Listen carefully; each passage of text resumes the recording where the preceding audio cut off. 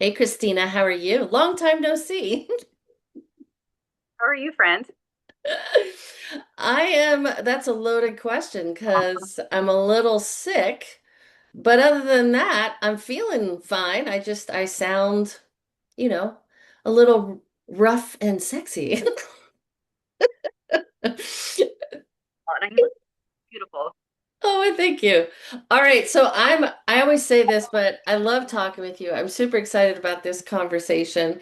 And when I saw you in the Northern California Homeschool Convention, this topic came up a lot too, this gentle versus rigorous. So I thought, what better person to have this little conversation or debate with than you? But before we get into it, for the moms who haven't listened to our past episodes or haven't been to a Bloom and Blossom conference, can you tell us just a little bit about yourself, your family, and your homeschooling?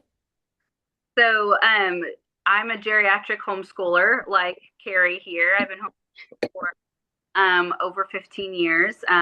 Again, my name is Christina Carpenter. I have four kids. I have one that has graduated, and this year I have one in high school, one in like that middle school, junior high, and then one in elementary school. So, yeah, that's a little bit about me. I think you just called me geriatric, but that's okay. I still love you, and hey, if the shoe fits or if the slipper fits, I'll take it. Hysterical. Yes. I think like anybody over like starting at like 12 to 13 years of home education kind of puts you in that geriatric because usually by then you've graduated a kid, we're out here being like, hey, when I did this and I walked to school both ways, there was snow. Like that's the advice we're giving everybody, right? Yeah, pretty much. My dad always seemed to walk uphill both ways in the snow, which is really weird because he lived in Louisiana, you know?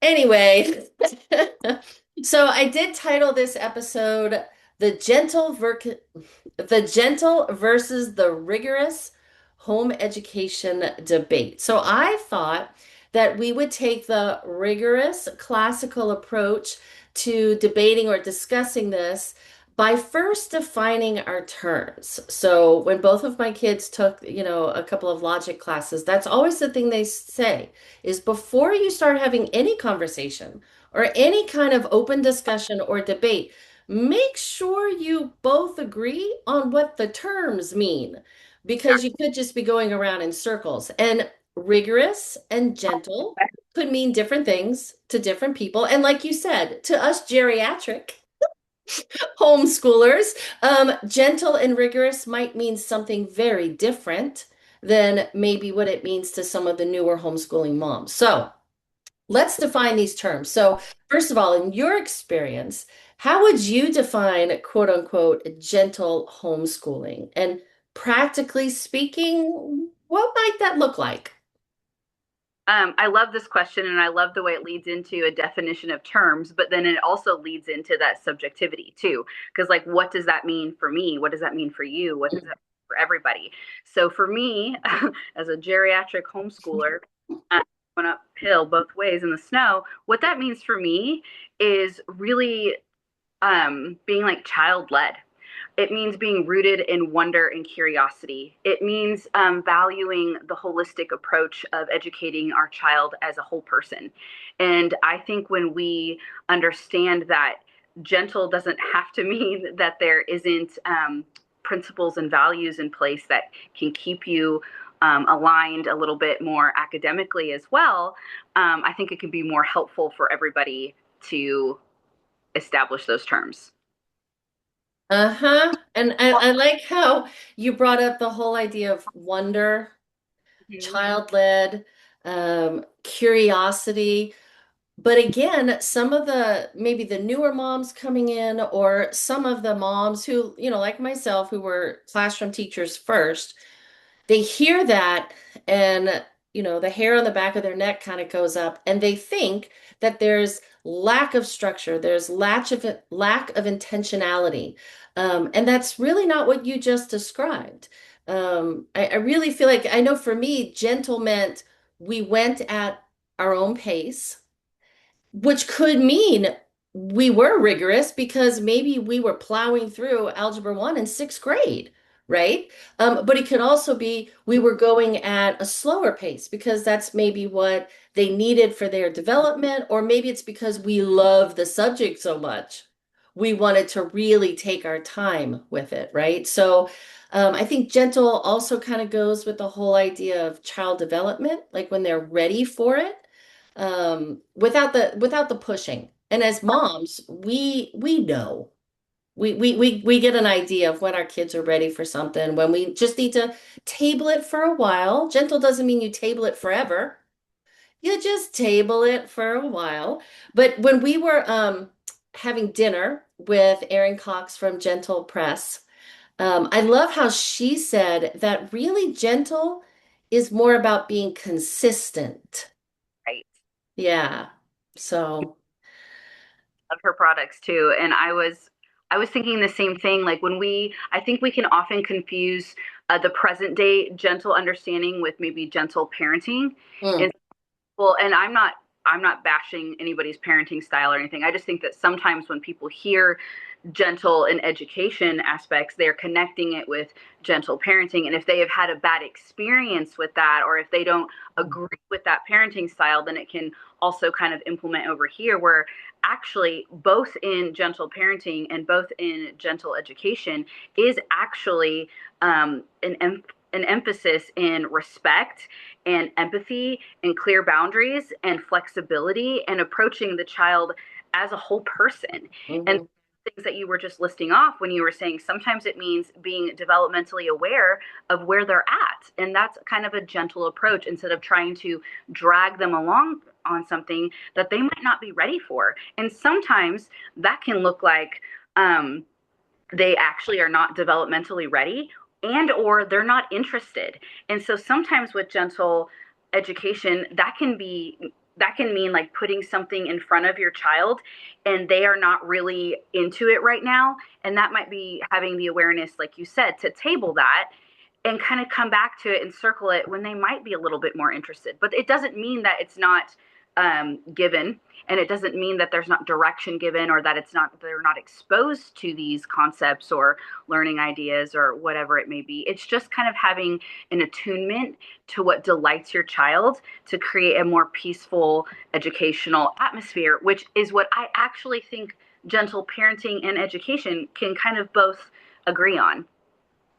Yeah, and I like, you were also touching on the fact that not only may they not be interested in it just yet or ever, but that doesn't mean we don't bring it back up or, like you said, circle back around. But also in gentle home education, we also are very aware of the fact that sometimes things aren't really needed to be taught Right. or learned, and not universally, but maybe for one particular kid, these skills or this topic or this subject, they don't really need to know that. They don't want to learn that. They don't, there's nothing in their goals Right. for when they graduate high school that they are going to need this particular skill or this particular topic. And spending the time on other things that will be more helpful and more beneficial to them. So gentle it's got a lot of facets, doesn't it? Yeah, and so I think that that's where we're coming up with this debate where it doesn't have to be a debate. There can be like two things can coexist at the same time, just like we can have joy and grief at the same time. We can have these two ideas and they can actually complement each other. It's where we start going too far if it's like on a spectrum, where we lean one way or the other, which is fine if that works for you, but that can be where we have these polarizing ideas and philosophies, and we can start moving into, well, this is the right way, or well, this is the right way. Well, when in actuality the right way is whatever is a good fit for you and your home and your homeschool. Uh-huh. Okay, so I want to really dive deep into how it can be both, but before we do, let's back up a little bit and define rigorous now. Okay. So, the classical teacher in me, I had to go look it up, right? So I went and looked up the Latin, and rigor in Latin means stiffness, numbness, hardness, and severity. And it's also the root word of rigor mortis, which we all know, Whatever. I might be showing my bias right now. But anyway, how would you define rigorous home education and what might that look like day to day?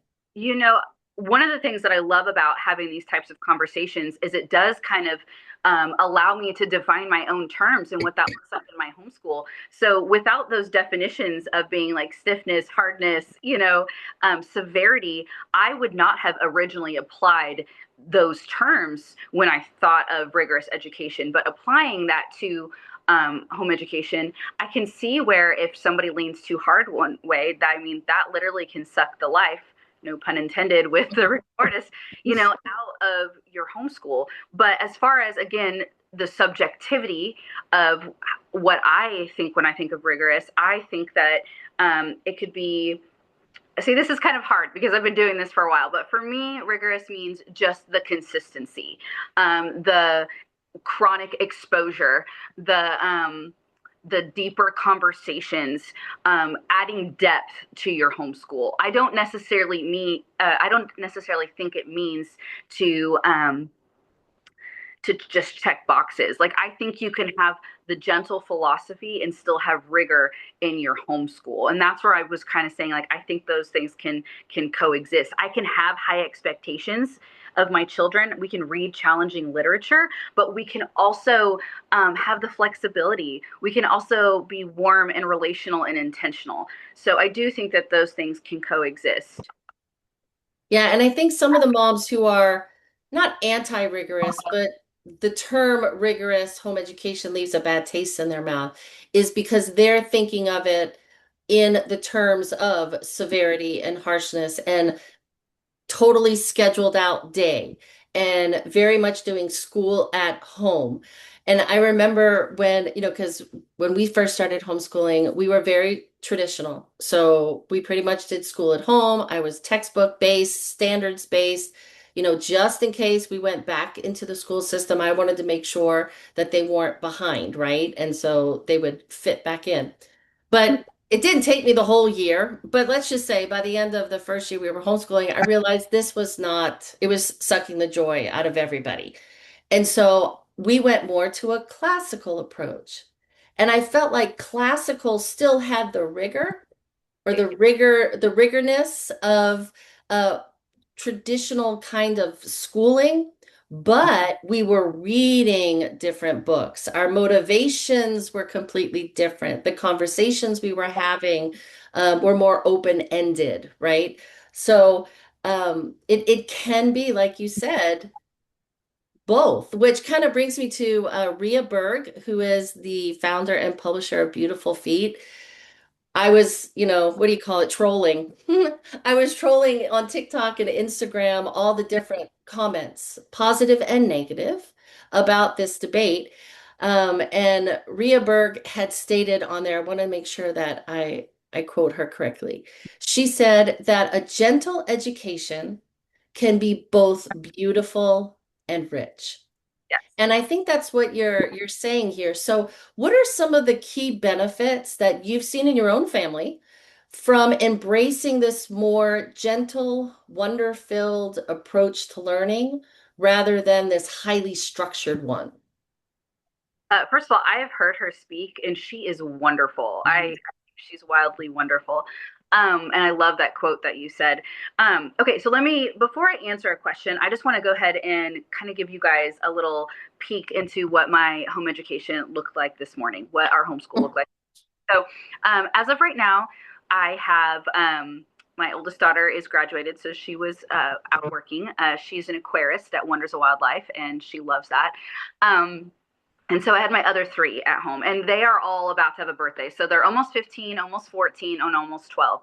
And so this morning, it looks like we woke up leisurely, which I think is such a gift. I think it is such a gift to be able to just have, a morning where you wake up leisurely at your own time. And I made some coffee, and we sat around, and everybody had a warm drink.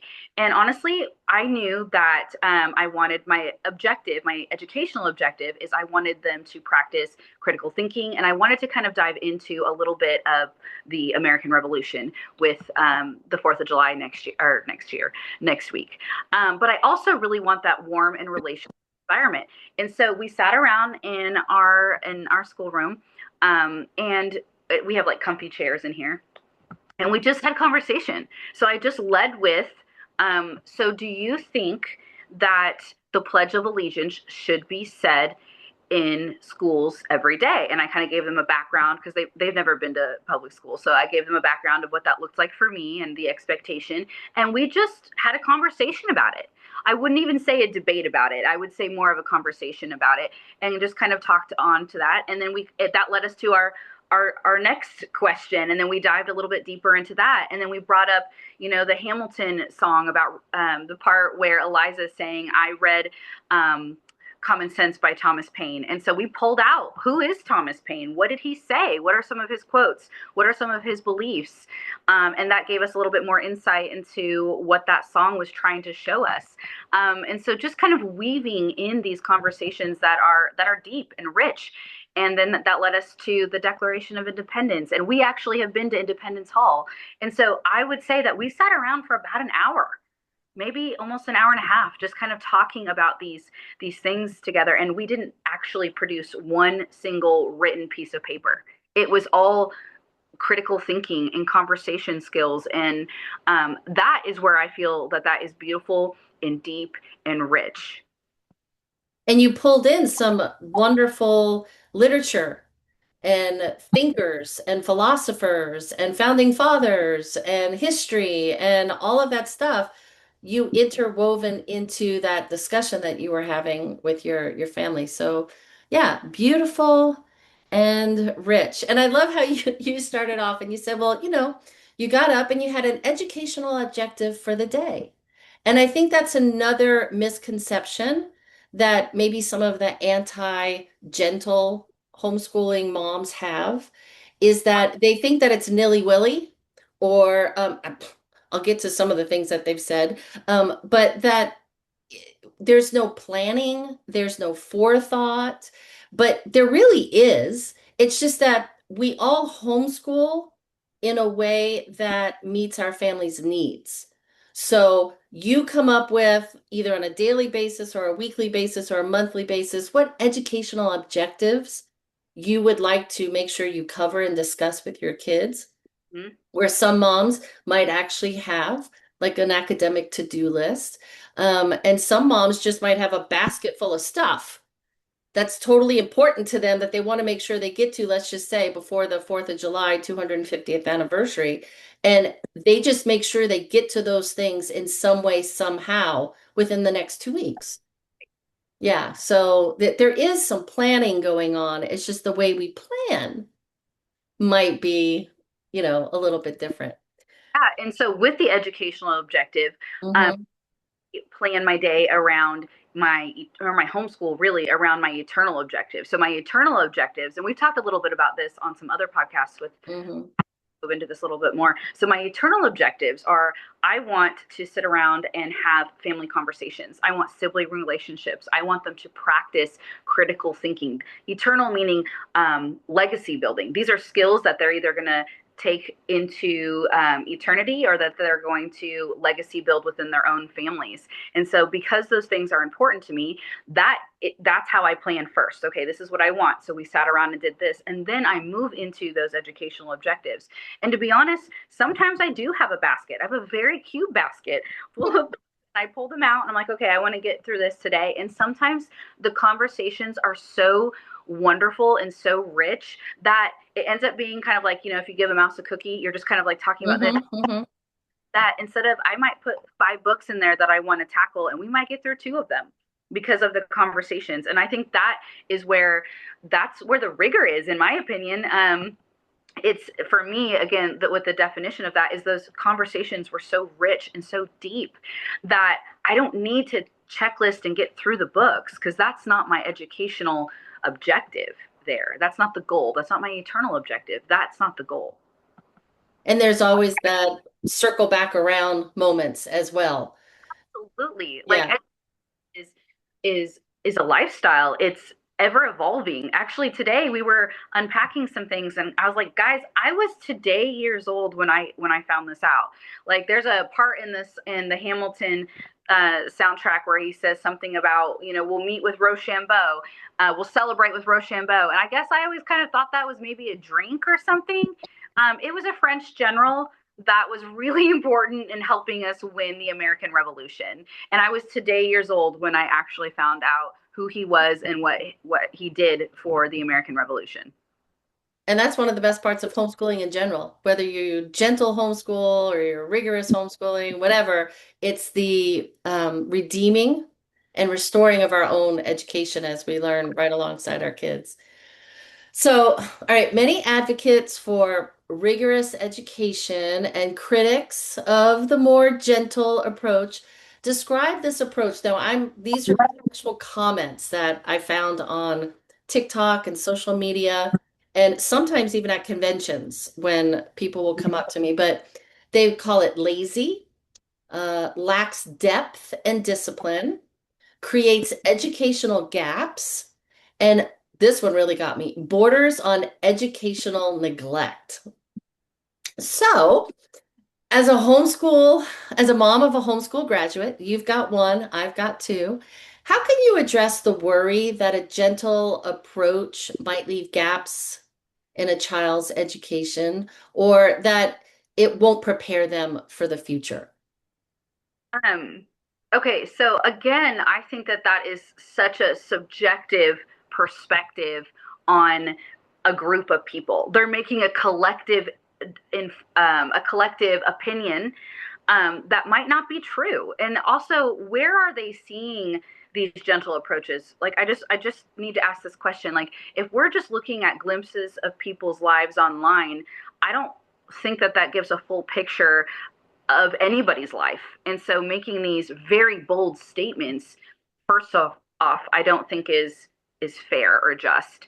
And then I think that before I answer fully the question, I think that also when we are looking at what other people are doing, like they're judging their parenting is really what they're doing.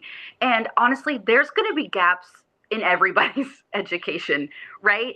And if you have a child and if you have more than one child, you will recognize that they all come with different temperaments and they all come with different strengths and they all come with different weaknesses and they all come with, you know, a bunch of other things. And we are bringing our own dynamic and strengths and weaknesses to the parental dynamic and situation in homeschool. And because home education is not just parenting, it's not just teaching, it's both at the same time, there's going to be hardships and there's going to be gaps somewhere. But what I can confidently say to answer the question, that it might leave gaps in a child's education or it might not prepare them well for the future, I would say that that is not true. I would say that that is so individualized per person. I know that I have four kids and I have two boys that are a year apart. And one of my sons does actually not care about history at all. And I approached him educationally the same way as I've approached his younger brother. And younger brother cares very much. He will tell me more than I want to know at 10:30 at. You know what I mean? And so somebody might see my approach and say, well, there's gaps in his education. And that's not true. You know what I mean? That doesn't mean that I didn't put this feast before him. But also knowing that there is going to be gaps somewhere, maybe because of lack of exposure, but maybe because lack of interest. We all have gaps in our education. And so I think instead of polarizing these two approaches and having more of a balanced approach, I think it's pro mom and I think it's pro individualized education and it's pro family. Like, I think seeing others in a way of like, hey, I'm glad this works for you versus trying to call out all the negativity. That's fear based, honestly. Yeah, the gaps in our education. I still have so many gaps in my education. And was it because of the school system? Maybe a little bit. Was it because of my lack of interest or effort? Yeah. Was it because some of the things that they taught us back then are obsolete now and have been proven wrong? or not needed. Yeah. So, like you said, we all have these gaps in our education. But I love this one thing that Sarah Mackenzie once said. She says, moms, don't beat yourself up if you don't read all of those read aloud books that you had on your list, and you don't read them all before they graduate. Don't feel like a failure. I'm paraphrasing what she said, because she said, because once they get out into the world and they get into college, or they're living their adult life, and then they start having their own kids, some of these books are actually better read as an adult who has different experiences to understand the powerful themes and characters and things that were presented in that book. um, so do we really want our kids to know every single thing they're quote unquote supposed to know before they graduate? I'm going to say no, because if that's the case, there's no more curiosity for them to want to be lifelong learners. So if they graduate knowing everything and have read every great book, well, what's left to do? And they're not going to have this curiosity to just keep learning. So having these, I don't want to call them gaps, but having these areas that they may not be experts in, having these areas that maybe they didn't concentrate as much in when they were in high school because they didn't think they were going to go into that field, but they are in that field. Well, now they know how to teach themselves and they have critical thinking skills. So if that's the case, they now have the desire and the curiosity and the know-with-all on how to learn what they need to now learn, because now it's important to them. Now it's something that they need. I absolutely agree with you. And I would also even go a step further when we were talking about defining our terms, like what is a gap? Like defining what a gap, when we think about that, that's saying that everybody is on a standardized trajectory of education, and that's also not true. That varies. Like I'm from Washington State, and when I was growing up, I went to so many different schools all over the state, and so there was gaps just there because I was moving around a lot. Like it wasn't the same everywhere, and so Mhm.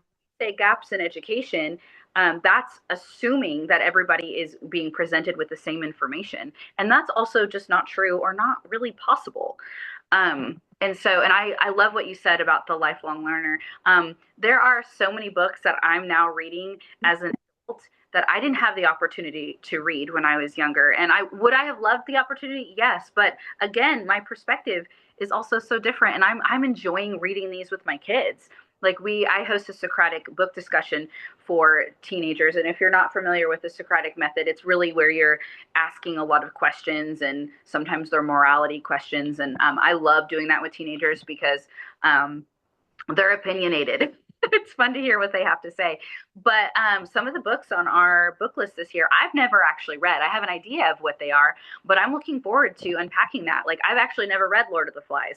I know the idea of it and some of the concepts and the cultural references, but I've never actually read it. So I want to raise lifelong learners, and so I'm glad that I get to model that out to them. Yeah, and you had said earlier too that this pushback about how there's going to be gaps, or that they're behind in things, or they're not up to standards. Again, whose standards? Define the terms. But you're going to have some moms who will argue that if your child is 9 years old and not reading yet, then that's bad, or that's neglect, or you're not trying hard enough, or you don't care enough. Whereas that's not the case. Some kids just may not be ready at age 9. But to have someone say that, people go, "Oh, well, then there's something wrong with the way that you're approaching this education." Or when Amy Usey will tell people in some of her talks about how, it's okay if your kid doesn't actually pick up a pencil and write on paper until his hands are fully developed and all of the tendons and ligaments are actually connected, because now it won't be physically painful in order to do it. And when you look and see developmentally when that actually happens, people would think we were totally nuts that if we didn't actually have kids do some formal handwriting before that. That could be termed as neglect, but it's really more gentle. The kid is not ready yet, or his hands are not ready, his eyes are not ready for that focused reading. His body's not ready to sit and concentrate for that long or to have those wonderful debates with you about the Lord of the Flies, right? So, and you also brought this, oh, when you brought up how we tend to judge or be judged, right? And I find that a lot of times when moms judge, quote unquote, not judge, but have a negative opinion of our homeschooling decision that we're going to homeschool, it really is, it has nothing to do with that decision. I have found many a times when I actually sit and have a conversation with that mom or that critic, they take offense because, in a way, indirectly, my decision to educate this way is they feel like it is an insult or I'm saying what you're doing is wrong. Whereas, that's not the case. And the same thing now, I hate to say it, within the homeschooling community, that we're all homeschooling, but sometimes when I say I'm doing it this way, another homeschooling mom who's doing it completely different sometimes gets offended indirectly because she might be feeling by my decision to do it this way, I'm saying I'm doing it the right way. And because you're not doing it my way, then your way is wrong. And we need to get out of that mindset, like you said. All that's doing is again adding like a polarization, and instead of saying you are doing the right way, you're doing the right way for your family and for you. Mhm. I love that. And this is the right way for me and my family. Back to the reading thing. Um, Honestly, I cannot quote the study verbatim, so just kind of work with me on this if you know it. What is the actual? I feel like the study was saying like being able to fully read. Is it by like 11 or 12? Is more of the actual age? It's between 4 and 12. Or in 12, yes. Well, yes, the actual age range, but I was just saying by like 11 and 12, like that's really where it's like sometimes people don't take off until closer to that age. And that can also be under the umbrella of maybe there are some learning differences or disabilities, or maybe it is just lack of interest. But I will tell you that as of today, nobody has asked me personally when I started to read. If Hmm. I've shared that information, it's because I voluntarily shared it. Nobody has asked me that question. Nobody's asked me what I got in math in sixth grade or ninth grade or 10th grade or science or any of those other things. And that has a lot to do with our maturation of the brain. Like we are able to get to a point where we can learn these things. So if you have a kid 12 and under and you are struggling in some of these areas, just take a breath. In Amy Hughes' words, chill out and you know, examine like, is it potentially a learning disability or difference, or maybe they're just not developmentally ready, or maybe they're not interested. But whatever it is, know that you can layer that information over the week or over the month or over the years and put it in front of them in a way that's a feast instead of trying to force it at them. Amen. Preach it, sister. And as usual, oh my gosh, we're already at 40 minutes. So, but before, there's one more thing I wanted to talk with you about. For a mom who's just starting out, right? Or who has been homeschooling for a little bit, but she wants to transition from this more traditional approach or rigorous homeschooling style, depending on what it looks like in, her home. What are some simple, practical ways that she can begin to just gently shift towards this different kind of rhythm in her home? I do feel like this is such a loaded question because I love unpacking this, but if I had to put it in just a few simple, practical ways, I would say define what your vision is. Like, what do you want your homeschool to feel like? What do you want your children to learn about? What do you want them to say about their home education experience? And also to not forget that your motherhood journey is unfolding at the same time as their childhood, and that's important. And so make sure whatever you're doing is life-giving to you and your children. That would be some simple tips that I would give to somebody that's just starting out. I love the perspective about how our motherhood journey is unfolding at the same time.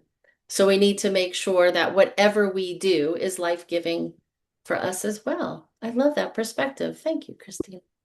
All right, so before you leave me, tell the moms how they can follow you, how they can get in touch with you, how they can maybe come to the Bloom and Blossom conference that you've been announcing on social media lately. So tell us about it.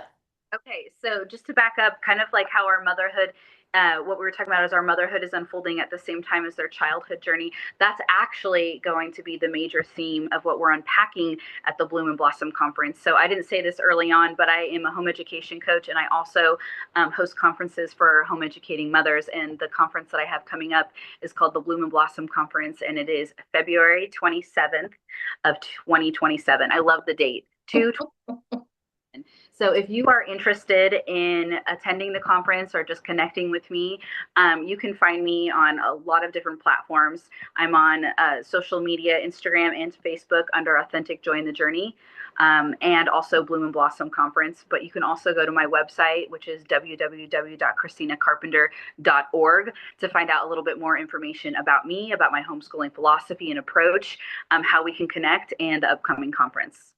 And I'm going to make sure I have all those links and handy dandy handles in the show notes as well, I because Oh, Mhm. I have one more thing I want to share. Amy Hughes is actually going to be there this year too, and I'm so excited for her to join us again. She is so wonderful. We referenced her early on when I said chill out. If you're not familiar with Amy Hughes, look her up, and her new book, Words Are Like Honey. Yep. And I know that she will uh, take those shoes off, um, get everybody to chill out, and hopefully not quote unquote trip onto the stage, make her big entrance as she comes out to share. But Yes, anyway, you guys will get it once you hear Amy. All right, so before you leave me, what words of encouragement can you give to moms who are just feeling nervous about homeschooling in general or a little apprehensive about taking a more gentle approach? I would just say that honestly, and this is coming from a reflective approach, having just graduated a child last year and watching my children grow so fast, I would say that it's all going to work out. That's what I would say. I would say that there might be some trial and error, but that's just part of it. Motherhood and home education, it's a sanctifying journey. And there's so much growth in it. And when you know that there's going to be some hardships, it becomes easier to just to wear them, to wear it, and just be like, okay, we're on this journey, and this is just part of it. So I would just say to just press into that and know that it's going to all work out. It will. It will. It always does. And to give yourself and your kids grace Oh, in the yes. process. Well, thank you, Christina. I am so excited. I always have fun talking with you. And I'll see you in Louisiana. Yes. And everybody else, I'll see you next week. Thank you.